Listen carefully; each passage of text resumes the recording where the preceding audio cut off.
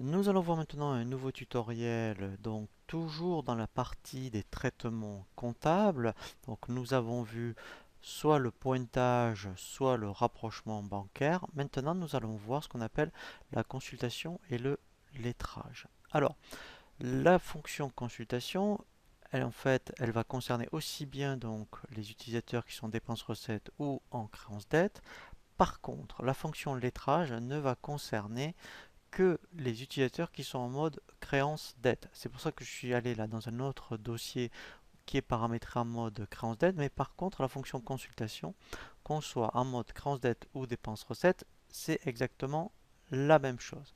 Donc effectivement, on va commencer par la fonction consultation. Donc ce qui est intéressant, c'est qu'on peut consulter n'importe quel compte à n'importe quel moment. Alors, on, on ira après dans les éditions où on peut vraiment consulter aussi des comptes, mais via, je dirais, des PDF. C'est un peu fastidieux. Maintenant, ce qu'il faut faire, hein, c'est profiter de ces nouvelles versions pour être, je dirais, sur des présentations beaucoup plus dynamiques.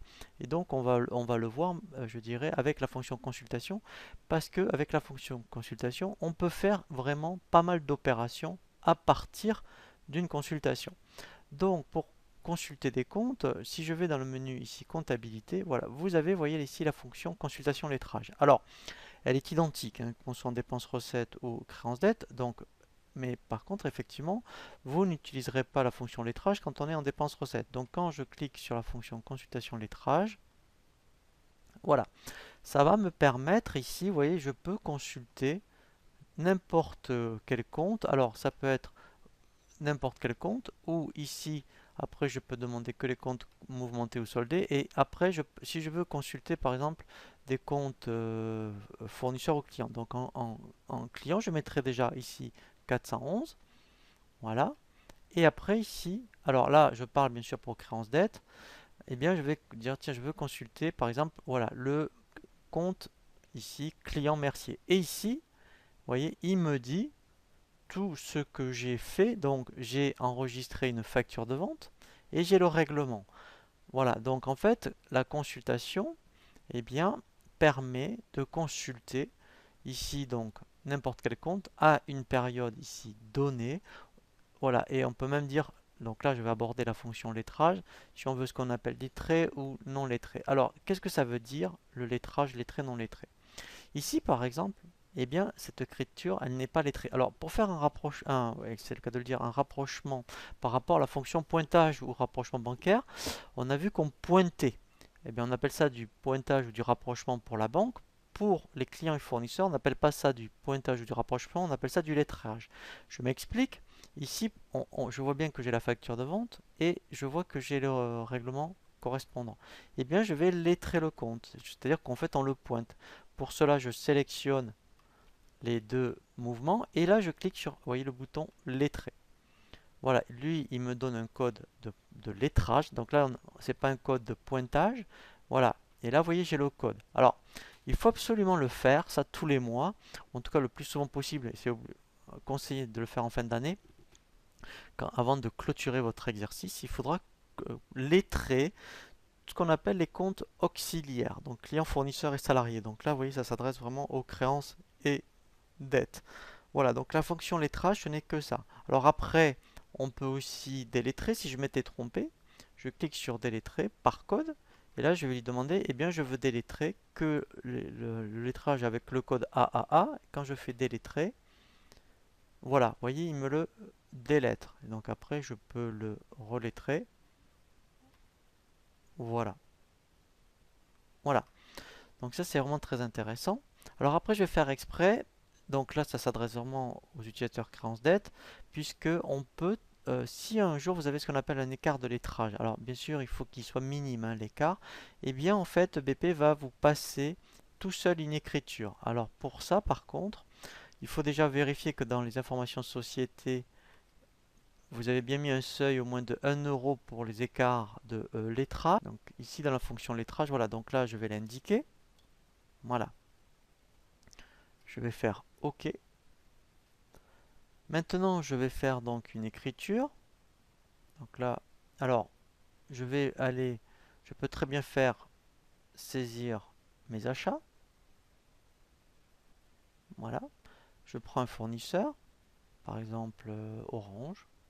Voilà. Donc là, je passe mon écriture. Alors, je vais indiquer le montant, 100 euros par exemple.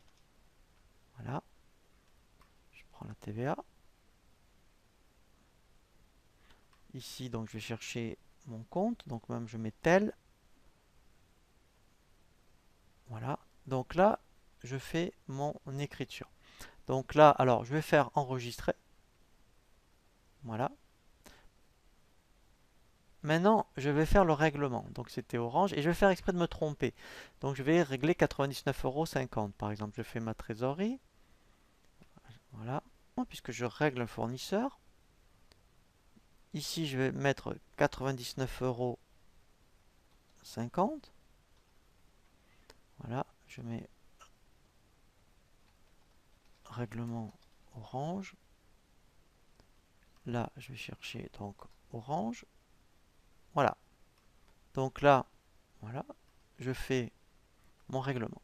Et maintenant, en fait, je vais consulter du coup le compte Orange. Voilà. Et je vais changer. Donc là, c'est pas les clients que je veux, c'est tout ce qui est fournisseur. Voilà, donc il faut d'abord indiquer le compte général. Et là, je vais aller chercher Orange. Voilà. Voilà.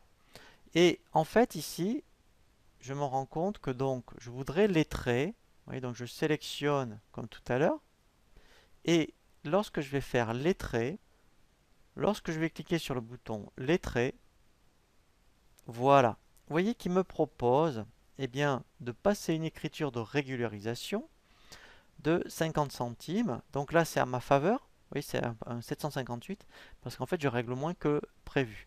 Mais donc c'est pour ça que le lettrage en fin d'année, il faut absolument le faire. Parce que si vous avez des écarts comme ça, eh bien, c'est des écritures de régularisation. Donc c'est fastidieux de le faire soi-même. Il vaut mieux que ce soit EBP qui le fasse, ou sinon, ça sera votre expert comptable. Mais si EBP peut le faire à sa place, c'est encore mieux. Là, je fais valider. Et du coup, il va me le lettrer. Voilà. Et là, vous voyez, il m'a rajouté donc les 50 centimes d'écart et il m'a bien lettré l'écriture. Voilà, hein, donc c'est pour ça que c'est vraiment très intéressant de pratiquer le lettrage. Alors, cette fonctionnalité ne concerne bien sûr que les utilisateurs en créance Z, puisque normalement, quand on en dépense recette, on n'a pas de client et de fournisseur, hein, puisqu'on saisit tout par la banque. Nous allons voir maintenant deux tutoriels très importants donc sur la TVA. Un pour la déclaration de TVA lorsqu'on est en créance dette et un autre effectivement lorsque eh bien, on est en dépense recette. Donc là, on verra tout ce qui est encaissement.